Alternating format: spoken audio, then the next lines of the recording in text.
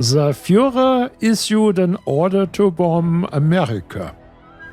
At this point, some of the German aircraft designers probably had to consider whether the leader of the nation was completely sane. The Luftwaffe couldn't even bomb England, which was only an English channel away. Moreover, the Ural bomber project was shut down before the war. And now the Luftwaffe was desperately lacking aircraft that could threaten the Soviet industry hidden in the Soviet East. And the Führer wanted to bomb America. Who in the world could achieve that, even in theory? And moreover, why would anyone even want that? Drop bombs on New York to deliver a blow to their morale? Yeah, sure. Pearl Harbor, anyone? But nobody in Germany dared saying this out loud. At the same time, Willy Messerschmitt knew for a long time that one day the Führer would want to have an aircraft like that. And that day came.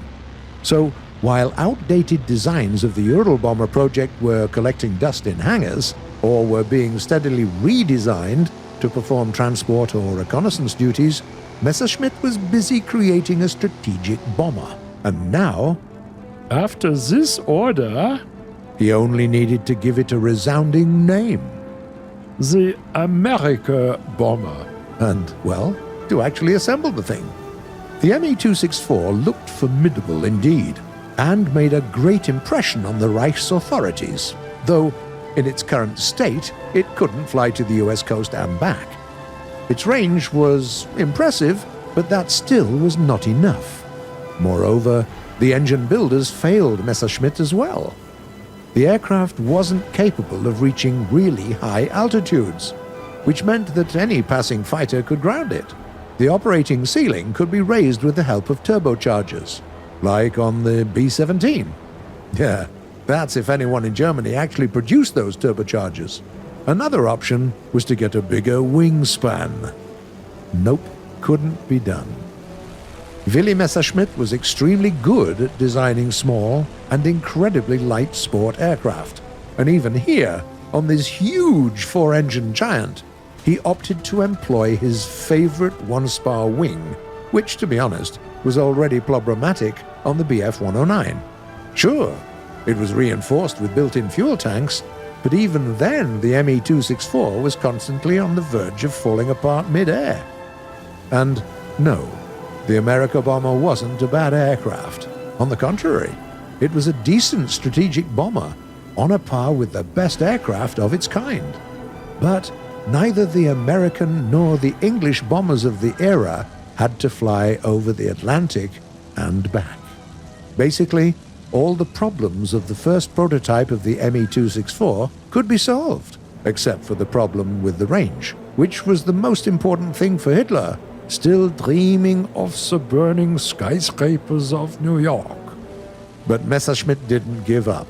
He set off to get the needed results by creating An America bomber with 6 engines. His engineers were working day and night, but none of the 3 bombers that they managed to build ever crossed the Atlantic. It wasn't because of the flaws of the aircraft per se, but because of the impossible demands from their leadership. Well, the Reich's time was almost over anyway. There is even a small conspiracy theory among aviation experts. What if the whole America bomber project were just a sabotage, organized by Messerschmitt and some of the Luftwaffe generals as an answer to Hitler's insane order to bomb the USA? The Reich leadership was focused on the Me-264 for too long. For example, the Junkers 390 that was, in theory, actually capable of flying all the way to the Statue of Liberty and back, was never anything more than just a second option. And the TA-400, the Kurt tank's take on the America bomber project, wasn't even built. Can this conspiracy theory be true? Well, why don't you decide for yourself? Get behind the controls of an Me-264 in the game and ask yourself, could this controversial but very interesting aircraft actually reach the American shores?